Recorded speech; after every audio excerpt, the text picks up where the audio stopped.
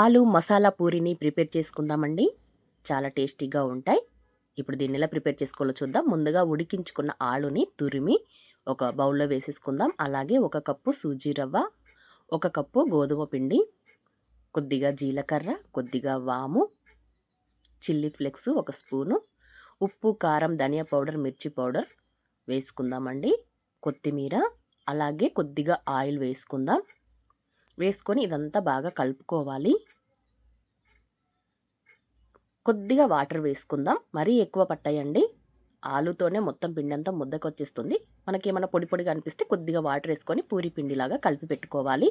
ఇది ఒక 10 మినిట్స్ పక్కన పెట్టేసుకుందాం. 10 మినిట్స్ తర్వాత చూడండి కొద్దిగా నానుతుంది పిండి.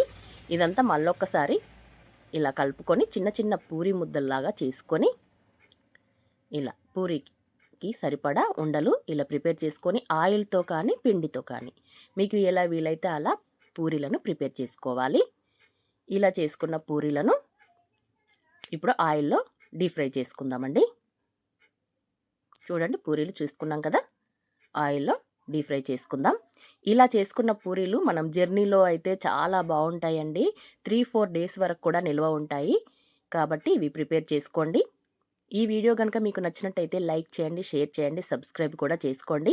చూడండి చక్కగా పొంగుతూ వస్తున్నాయి కదా, చూస్తుంటే ఎంత బాగున్నాయో, తింటుంటే కూడా అంతే టేస్టీగా ఉంటాయండి. ఈ పూరీలు చాలా ఈజీగా ప్రిపేర్ చేసుకోవచ్చండి. చూడండి ఎలా ఉన్నాయో, చక్కగా పొంగుతూ వచ్చాయి కదా. మరొక వీడియోతో మళ్ళీ కలుసుకుందామండి. Thank you for watching.